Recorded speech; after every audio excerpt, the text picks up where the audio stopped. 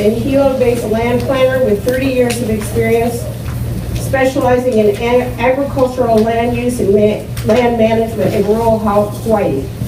He holds a master's degree in urban and regional planning from Manoa and a certificate in Pacific Island Studies with the East-West Center.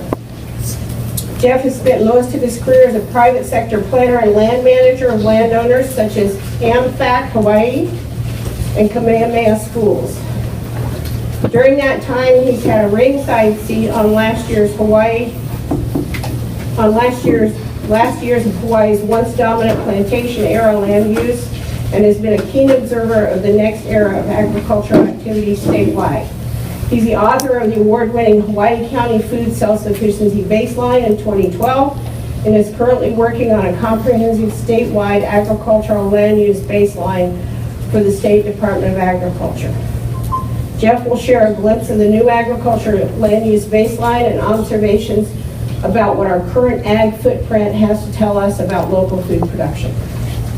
Jeff.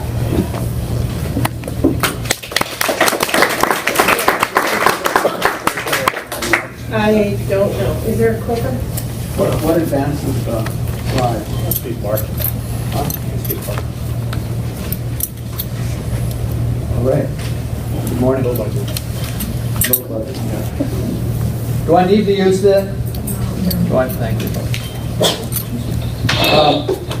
Thank you. It's a pleasure to be here this morning. I think my role in this conversation is trying to cast the big picture, try to put this conversation of the food system into the broader context of our agricultural footprint in the state. And I want to do that. I want to give you a little bit of historical background so you can understand what the trends have been. How many have been in Hawaii for more than the last 20 years? Good. One of the things that happens is that we lose the memory of that past, and I think it's an important thing to keep a hold of to understand why we are where we are. One of the things that I often say in this conversation is that this part of what I keep running into is this sense that everybody holds a little bit different view of their agricultural system depending on where they are. It's kind of like the 5 blind men in a room with an elephant, each holding a different piece of the critter and trying to define it based on what you hold on to. And so I think this is partly an effort to get up to about 30,000 feet and look at the overall picture and then help to get a sense of where, of what that tells us. So this project is a baseline study being done, funded by the Department of Agriculture. It follows on from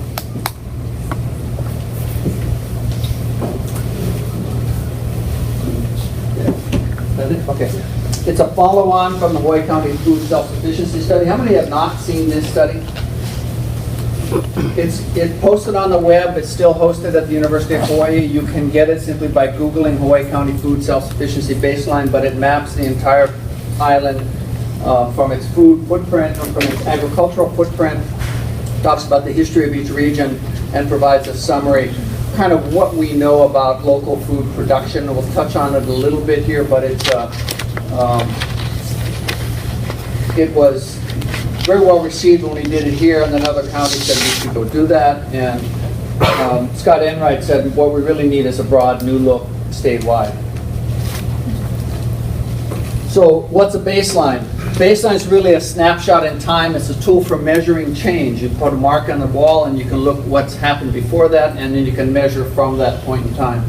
So it is a tool for measuring. It's not a plan. It doesn't come with a body of recommendations. It's not intended to be the piece from which we devise our next steps. But if they're used well, a baseline is a place for collective observation. It consolidates our views of what's going on in any particular area, helps to generate some informed discussion about that, and hopefully it's the basis for some collaborative thinking and action. And that's what the plan is intended, the baseline is intended to do.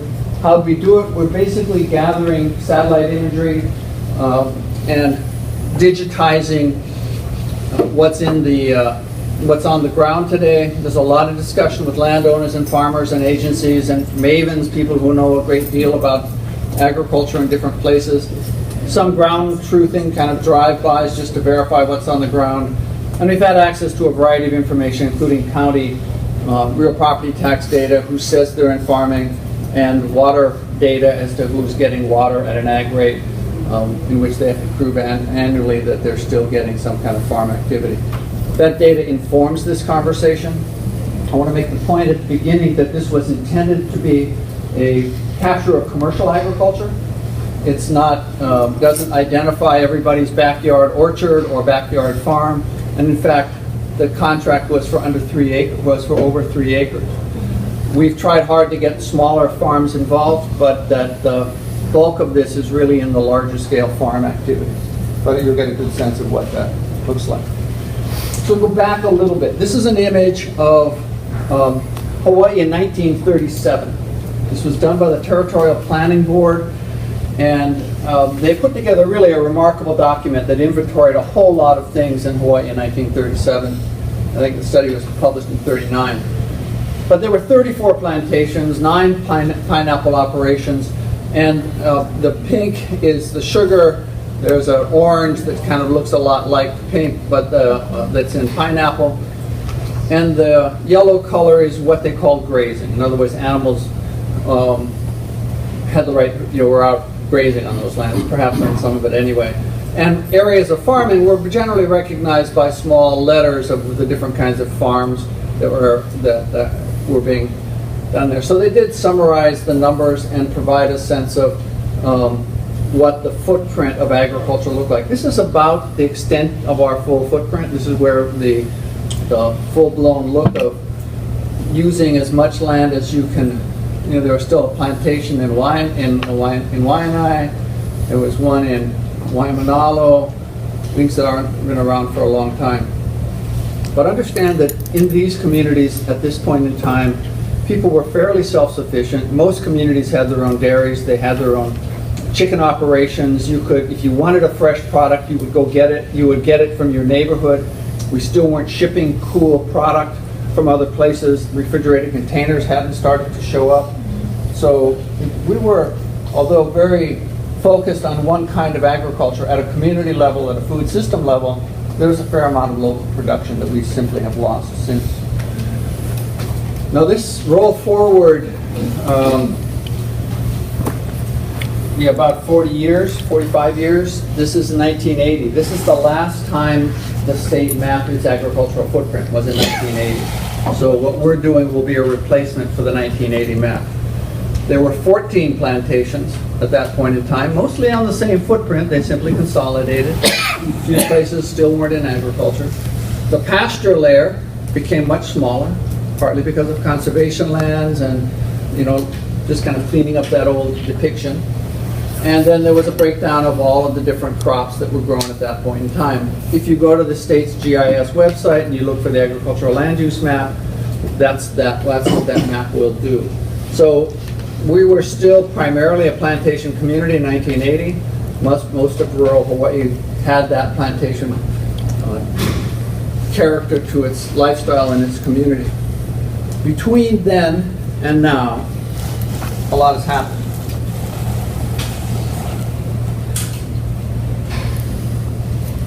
We went through 1980, Puna Sugar shut down.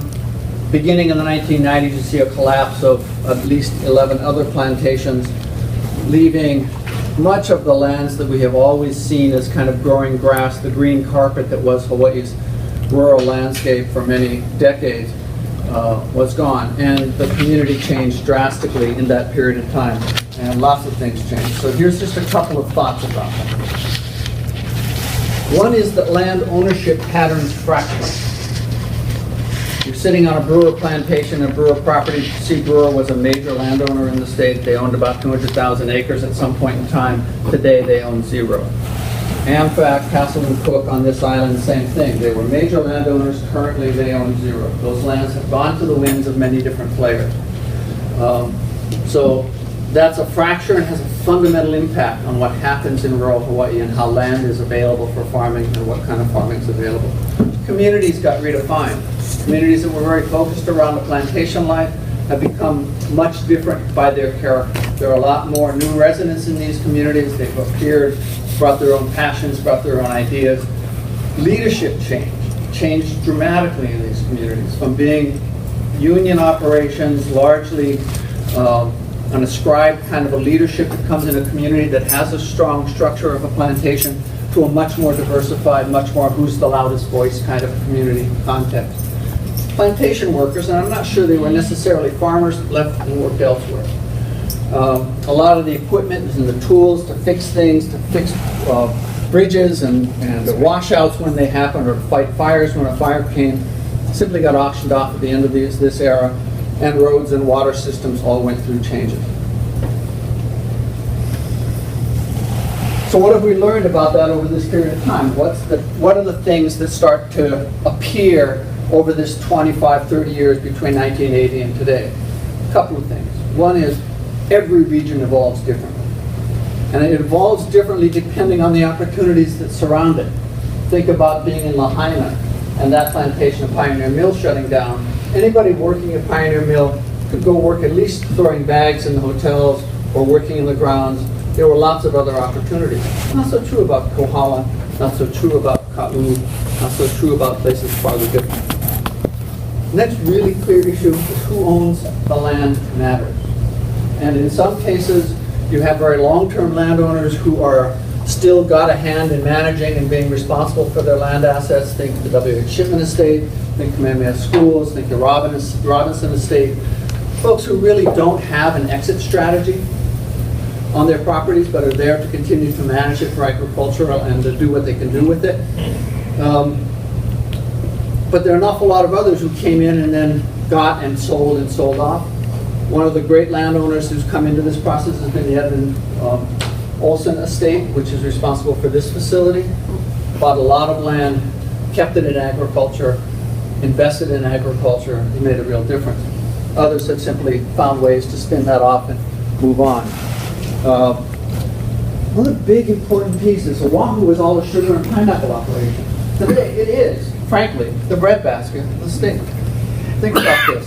There is more diversified agriculture in the central plain of Oahu than there is in the rest of the state combined.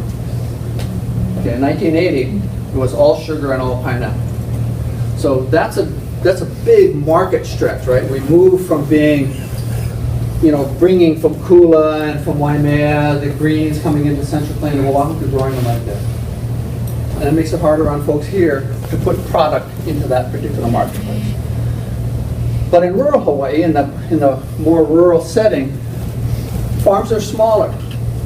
They're more diversified. They're more decentralized. That's the truth of the lands and farms on this island today.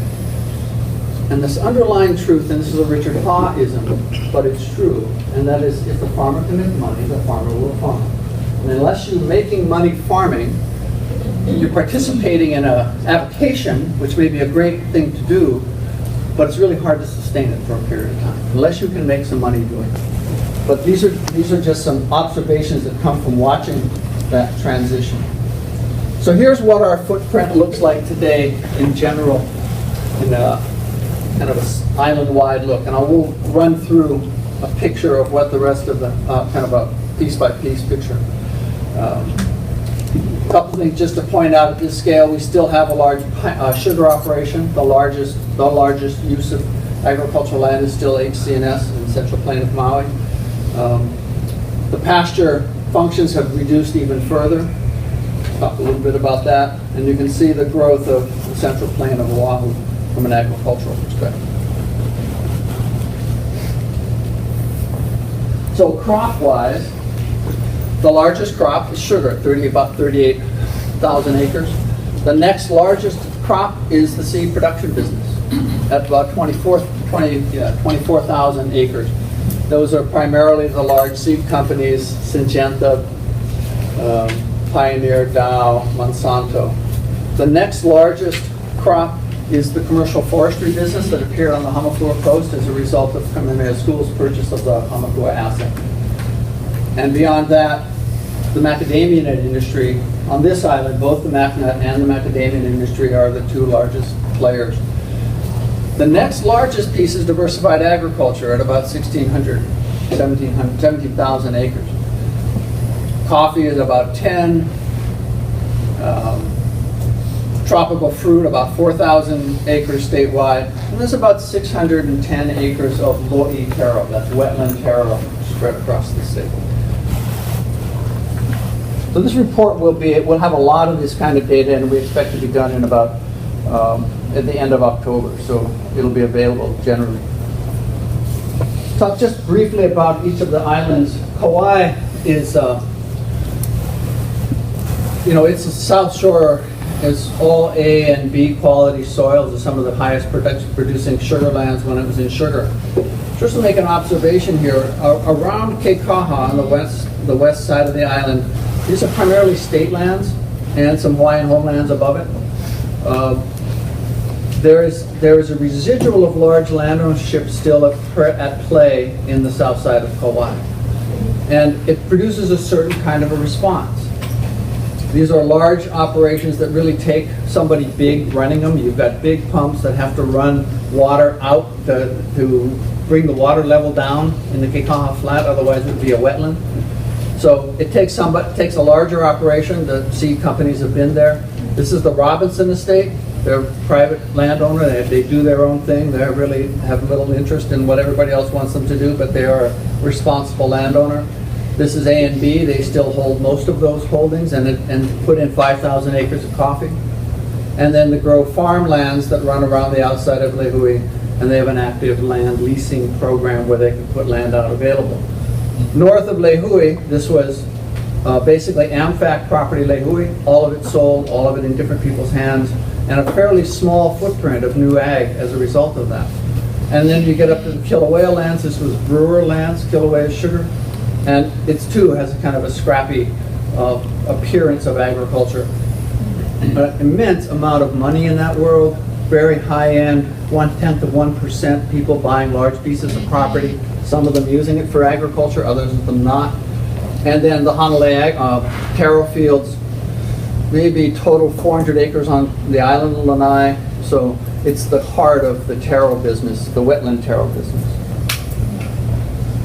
Central Plain of Oahu, again, this is where kind of the new action is. This whole piece in the middle of it this is Mililani, this is Waiua, and this is Schofield Barracks. So that stretch of unfarmed land is really either urban or in military practice. So most of what goes on in the Central Plain is large-scale vegetable farming, and most of it for import replacement. And take a couple quick looks at some places here. There's the Central Plain of Oahu. This is kind of the Alun Farms area. This is Larry Jeff's Sugarland Farms. When Campbell Estate sold their assets, the seed companies purchased them. So we have Monsanto and Syngenta and some others in here doing the corn business. And there's still pineapple operations on either side. So, but if you look at just in this area, there's 7,200 acres of diversified agriculture and about 4,000 seed production, and the largest banana operation in the United States here at Larry Jeff's operation in the Central Plain. Those two areas, Ho'opili and Koa Ridge, are two areas that have taken a lot of flash heat lately because they're both, Ho'opili has just been urbanized and approved for major housing development, and it was kind of in that track for 20 or 30 years, but it will disrupt some of that dry land, some of that flat land agriculture. And Koa Ridge is coming as a Castle and Cook project that will take some of that out. Down here, this is in the blast zone around there's a big determined blast zone, so you can farm in it, but you can't live in it, can't do anything inside of it because of the ammunition in Pearl Harbor. Waianae Coast has always been a major contributor to agriculture statewide. I mean, into the Honolulu market particularly. It was where the dairy operations, the poultry operations, the piggery operations, and a lot of diversified ag was based.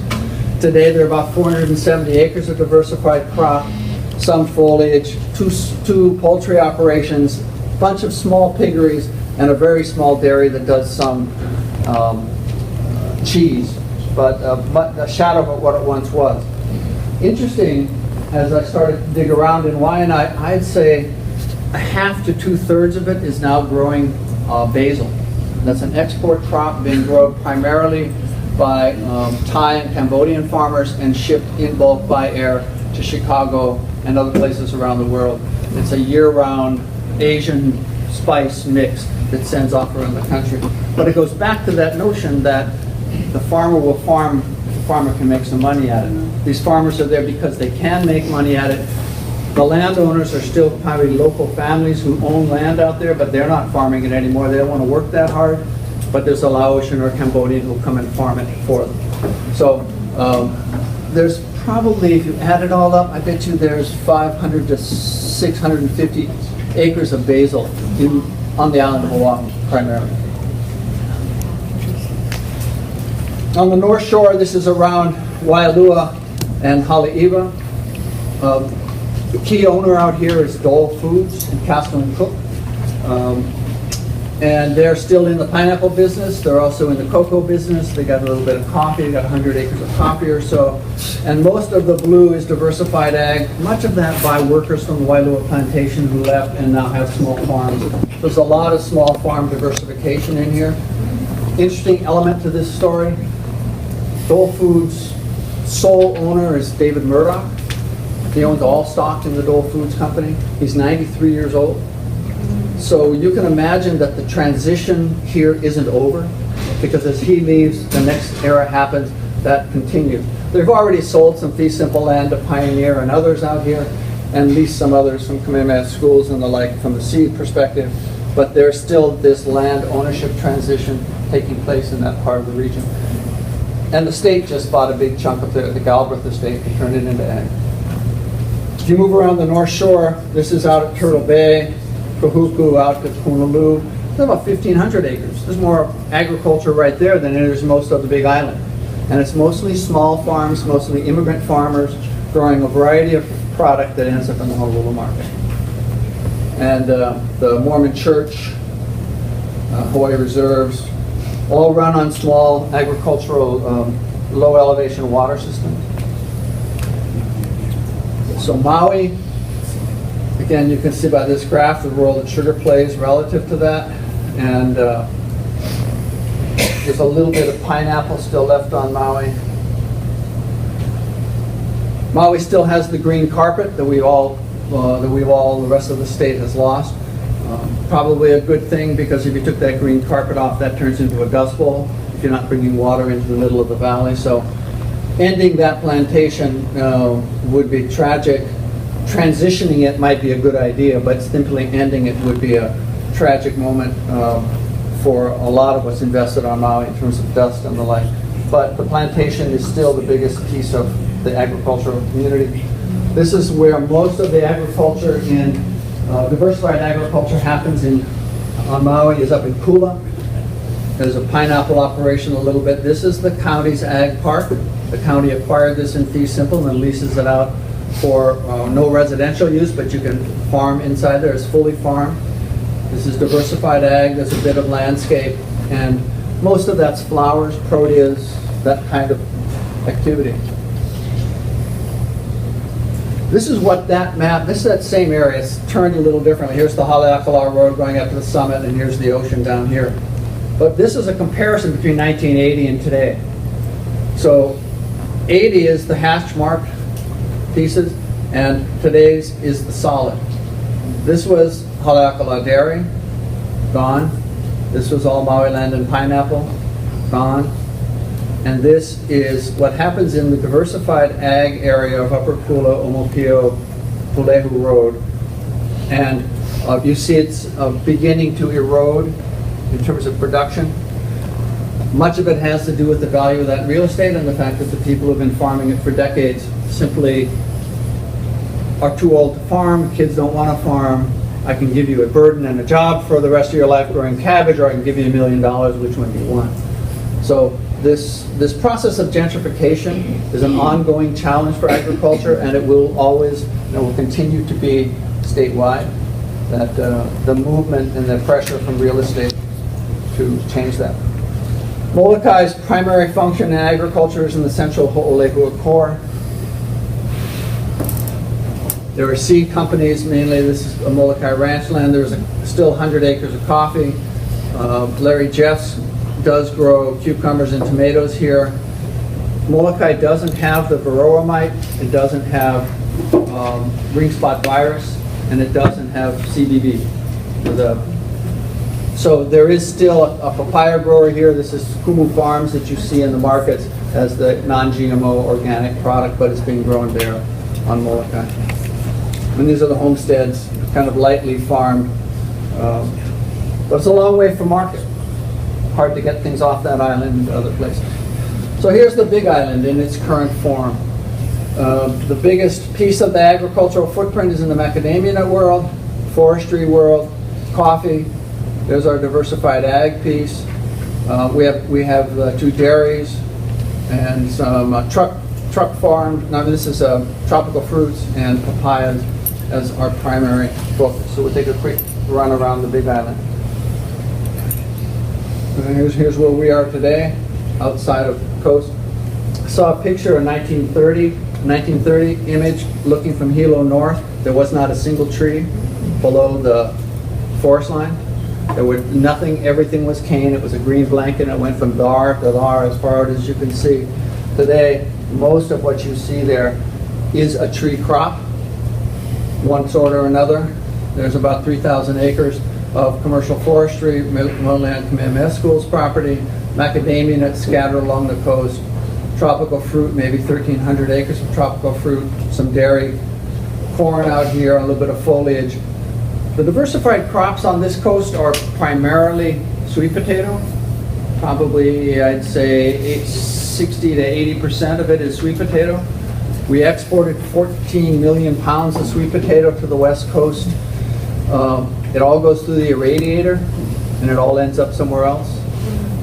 It's a nomadic crop. They don't stay in the same field for more than a year, and they simply leave and move on.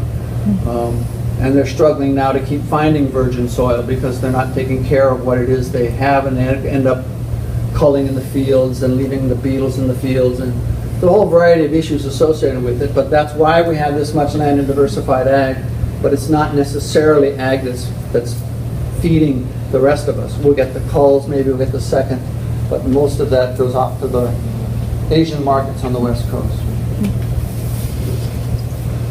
Hamakua Coast, this is primarily the eucalyptus plantings from the Waipio, Talapahoehoe. Here's the dairy site and the Hamakua Ditch.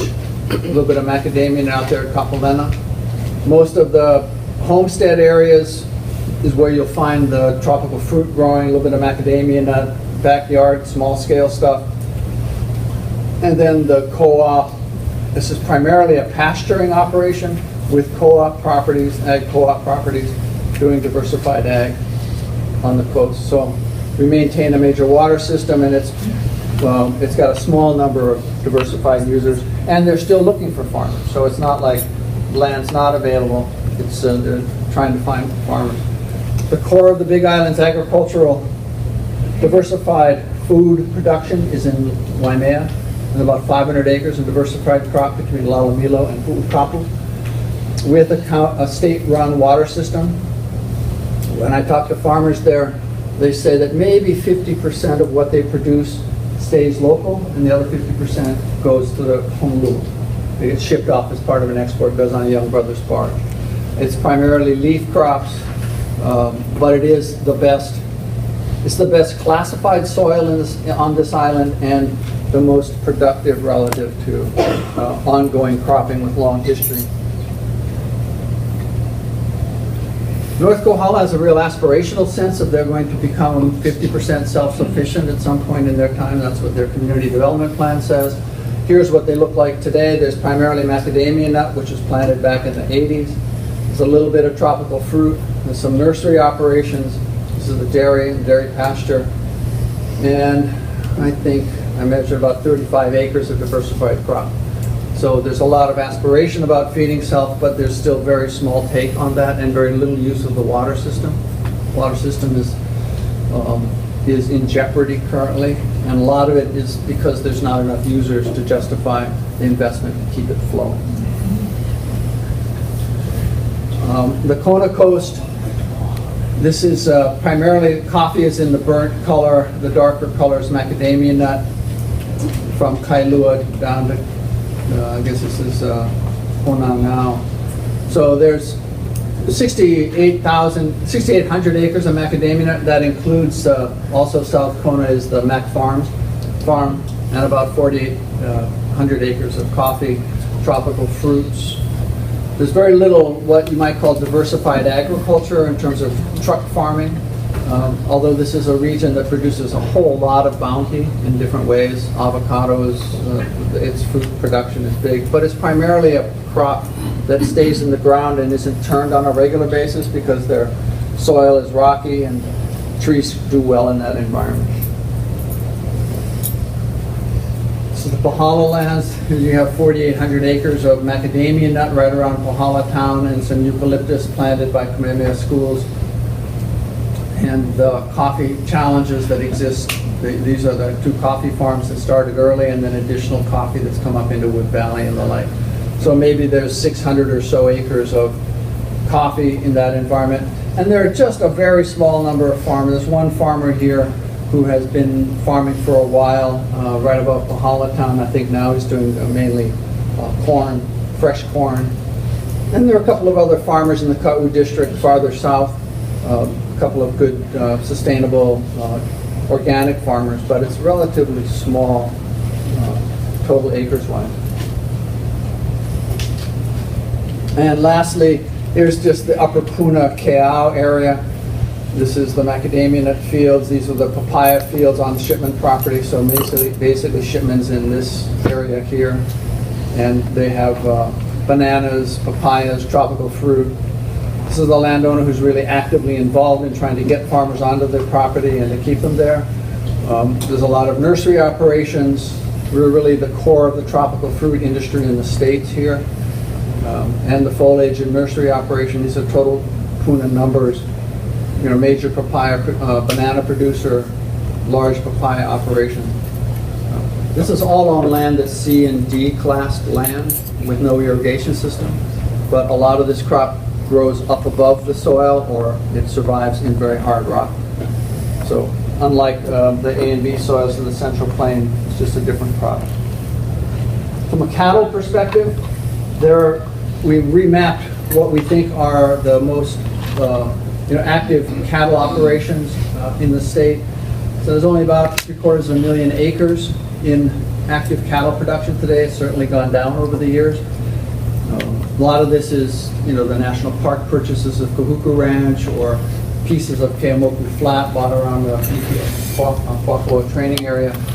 It takes away some of that acres, but 73% of it is on this island, and that we're really, I'll let Jason talk more about that topic, but we are the core of that cattle industry today. So a couple of things. One is, these are just points I want to make at the end of this conversation. One is that agriculture is not a one thing, it's a many thing. And it's really important to understand that it's different by place and by crop and by people and by ownership. So when we talk about agriculture, you're not doing agriculture any good thinking that it's a one thing. It's a many thing. And you need to understand those pieces. And each one of these areas of growth of emerging agriculture, emerging new ag, is like an ember, and we need to learn to blow on it from the right direction in order to strike it into a fire. But if we think we can stand back at a distance and blow air on agriculture, we'll just never get a fire. We have to understand what it is in each one of those places. This is a graph that I did as part of the food self-sufficiency baseline study. And it looks just at the Big Island, and it tries to measure where we are in food production. And one of the biggest fallacies in this conversation, I heard it all this morning already, is we use the term food to talk about, I'm not sure, I think food is kind of code for vegetables. But because that's how people use it. But if you want to talk about how do you improve the system, the food system, you really got to break it down to its parts, because the answer is different for beef, for pork, for vegetables, for fruit, for dairy. So if you're going to have a conversation about food, think about talking about what you mean, rather than using the big collective term. It's not a helpful term. It takes us away from the conversation. It's an emotional term and not a practical, usable term. the combination, what it takes to increase the beef business is much different than what happens in the vegetable world or in the fruit world. So we could go through this a piece at a time, but it is in the book and been around for a while. Keep in mind that not only is data terrible in the state, we haven't been collecting agricultural data for a long time, so most of what people will say about numbers and how much production, it's really a very long distance dart throw, and that's what this is. Kind of figured out what's the best body of data, and then what could you say and make some sense out of it. But data is poor, and we stopped collecting agricultural data, the Department of Ag in 2007. We laid off 25 enumerators, and that's where our numbers stop for most field crops. But there is always an unmeasured farmer's market. You're never going to get your hands around what sells out of a farmer's market. People won't tell you, they don't pay taxes on it, it simply moves to the next hand. And there's a substantial amount of export in most of this. No one's going to tell you how many fish they caught or what their hunting numbers are necessarily either. One other quick point is that just understand that there is this broad distinction, many of you know this, that about 50% of our budgets are spent for food at home, and the other 50% for buying it someplace else, already prepared. So changing your home habits is one thing, changing your away habits is another. And one of the things you can do, and it is happening statewide, is that as consumers begin to ask retailers for where are their local products, it's building the demand so that even the away guys, the institutional folks, the restaurants are looking for, driving to gather more local product. It's an important part of that mix. And I just don't want to leave this conversation thinking it's all about agriculture, because it's not. We live in a world where we have shared resources, and the ocean is a real big part of that. And what we gather out of our forest is a big part of it, and there are a lot of people on this island particularly who make their living and support their families by what's in common, what we share in common in the ocean and what we gather out of the forest. When I did the food self-sufficiency baseline study, I started talking to pig hunters about how many pigs maybe come out of the forest. And it was a funny conversation because they never thought about it before. And so the first answer is, choke. So, well, yeah, can you a little more than that? Suppose they were all 100-pound pigs. How many 100-pound pigs every day on the ground? So, after 4 or 5 guys, I kind of went, I don't know, the number was 12 or 13 or so. Every day, someone's harvesting that animal out of the forest. You take that, you pull the meat and the guts out of it, and you multiply that amount of meat at 400,000 pounds is about the same as 900 head of cattle in the backyard coming out of the forest into people's freezers at home. And it's not a small number. So it's small relative to what we consume, but it's still not a small number. So trust and respect of what comes out of the ocean. And so I'll leave it at that. Thanks. You got questions?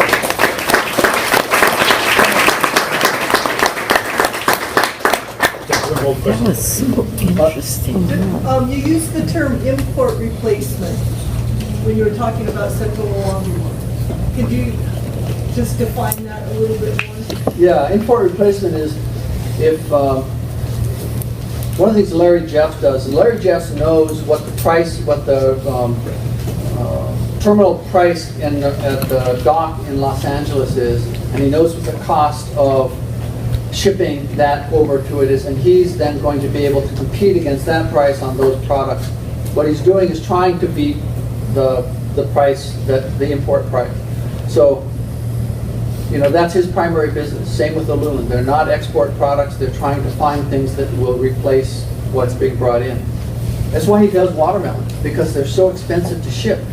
He can hit the watermelon market because he's a great farmer. He can deliver it right when we need it. Same thing with bananas. Bananas are a heavy product. If you don't have to ship it, you don't have to pay for that shipping. If you can produce it under, then you can be successful. So that's what this whole game is about, is import replacement, frankly. So, what are your insights? What's The low hanging fruit, what would be the easiest crops for Hawaii to focus on? You know, I think that it's all about where. If you're talking about food crops, or you're talking about boutique crops, there's a whole bunch of folks who love to grow cocoa. But that's not going to change our eating habits. It's not going to really, we share food, it's chocolate, we love chocolate, but it's not necessarily going to change that. You know, I think it depends on where you are, how far away from the marketplace you are.